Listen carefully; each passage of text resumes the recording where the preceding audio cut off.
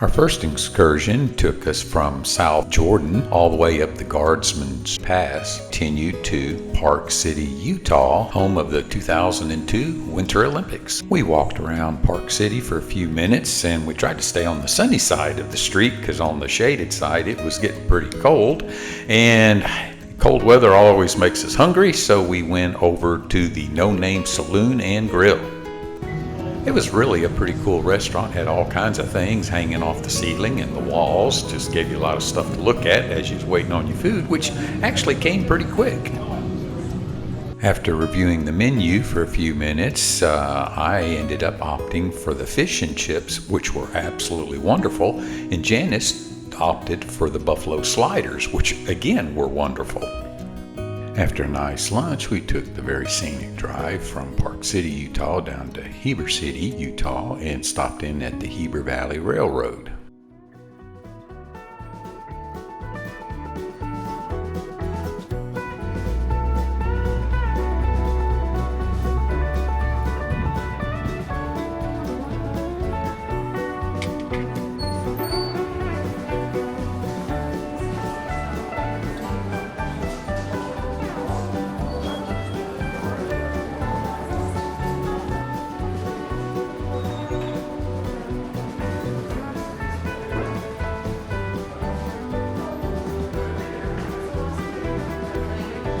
Janis had checked with the ticket agent and the train ride was full, and they know that because the tickets are all prepaid, so the odds of a no-show are pretty low. But we hung around and kind of walked around outside and kind of checked out the train depot station, and as we came back in, she said, hey, we had 2 people did show up, so we lucked out and got a chance to get on the train.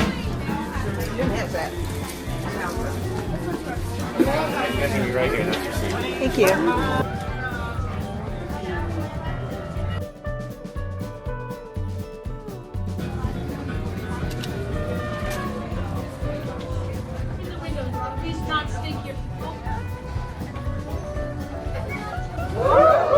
Thank you guys, I like you guys already. Hello. Hi there, my name is Ethan and I'm going to be your host today on the Deer Creek Express. That is our 90-minute scenic ride on board the Heber Valley Railroad. The Deer Creek Express goes across a beautiful set of agrarian fields, through a gorgeous set of wetlands, around the Olympic Resort, and then across the hillside just next to the gorgeous Deer Creek Reservoir, about halfway down until we get to a place called Decker Bay.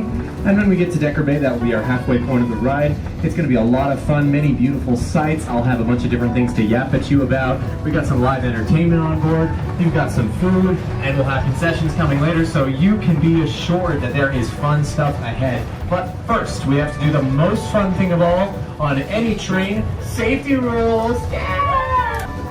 Now, in just a moment, you're going to see an absolutely incredible sight. Take out your cameras, enjoy this while you can. This always brings a tear to my eye and reminds me miracles can happen. This is Utah drivers respecting your right-of-way, everybody. Constructed in 2002 to get people to the Olympics. That's right, as part of a program called the Olympic Steam Team, we actually brought people up to the biathlon and cross-country events up here.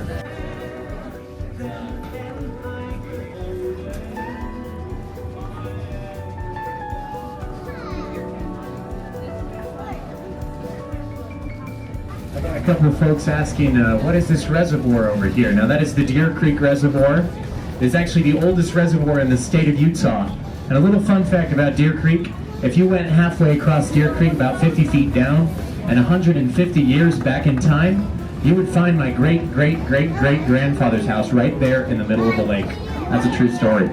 His name was Nymphus Corydon Murdoch, which aside from being the most Heber Valley name I've ever heard in my life, also signifies that there was a town there, and that town was called Charleston. Now, Charleston, way back in the day, was kind of the town that cracked the sheep trade. They were the ones who really made this town go boom in terms of economy and sheep. And so they were doing pretty well for a good long time. So when the Civilian Conservation Corps, during the Great Depression, came to them and said, hey, we want to build a giant dam here and dam up the reservoir, you can imagine they were pretty upset. They said, hang on, all of our stuff is here. Our houses, our economy, our sheep, our land. What do you mean you're going to build a reservoir over it? And also, our railroad. Because if all the sheep were there, why would we go up on this hillside? So yeah, the railroad went right through the middle of the lake as well.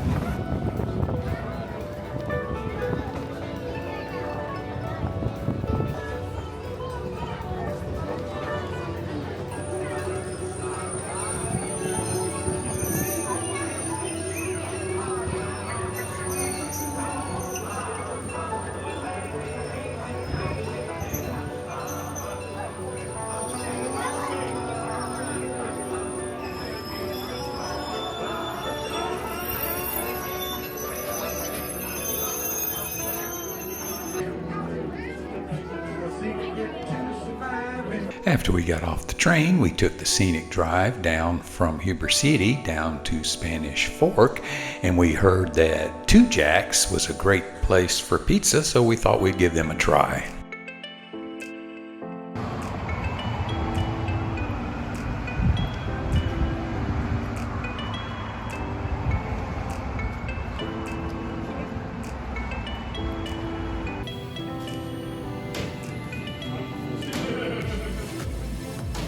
Janis got the Italian sausage and green pepper, and I went with my traditional pepperoni with extra sauce cooked well done, and they were both excellent.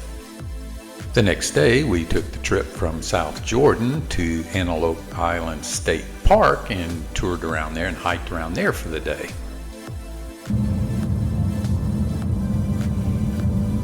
After we crossed the causeway, we went over to the Ladyfinger Point trailhead and then hiked over to the Egg Island overlook. The lake is down super low. I think they said they've got a 25-year drought going on right now.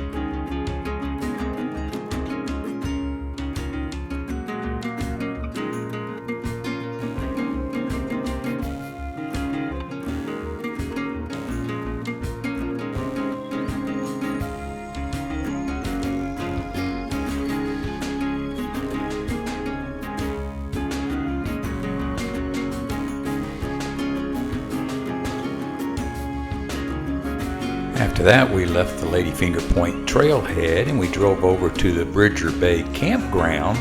And if you're a camper and you want to camp next to a herd of buffalo, this is your place.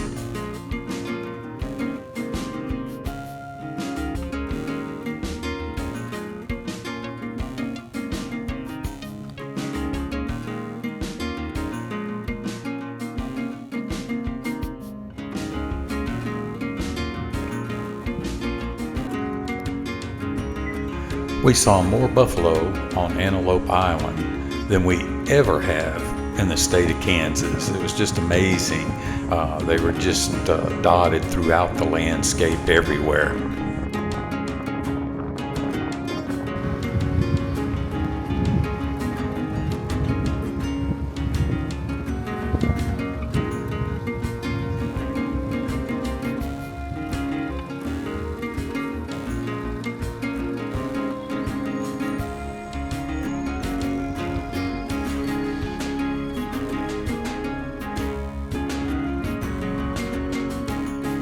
After going through the campground area, we backtracked and then went down the east side of the island all the way down to the Fielding Gar Ranch.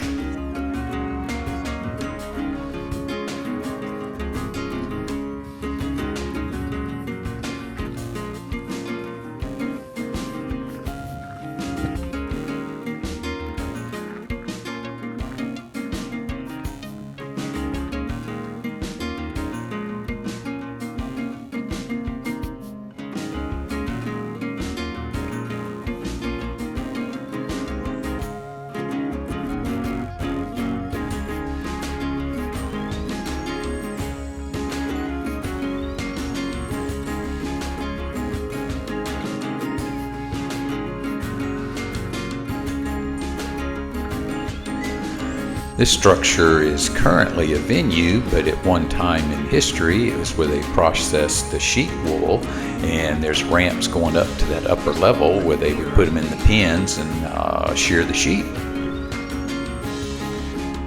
Yeah.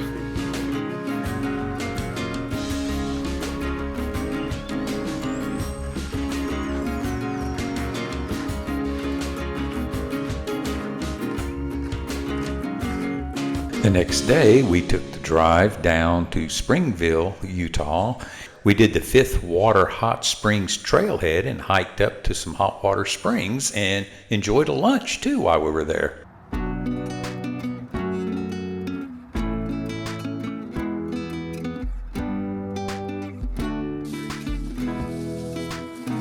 Hey guys.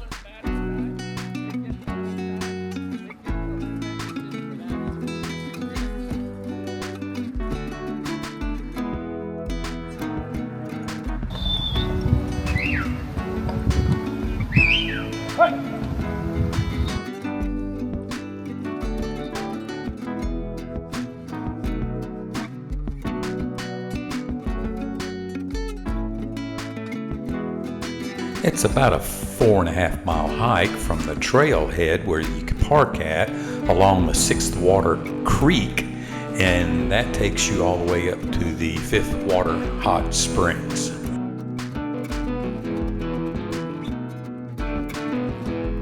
The hike is not overly difficult.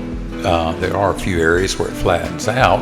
However, you do get to a few spots where it starts to get a little steeper, and then in some spots it gets where you almost have to get on your hands and knees and crawl up. It gets pretty steep along those areas at times, but it's a nice hike. You can take a break or two and you'll get there, and once you get to the springs you'll be plenty refreshed.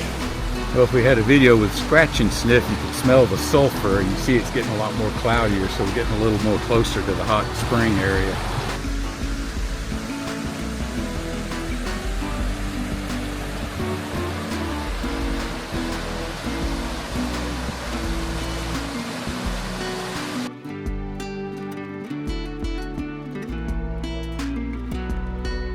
It was a cool 46 degrees today, and so we were looking forward to jumping in warm water. We weren't looking forward to getting back out of it though.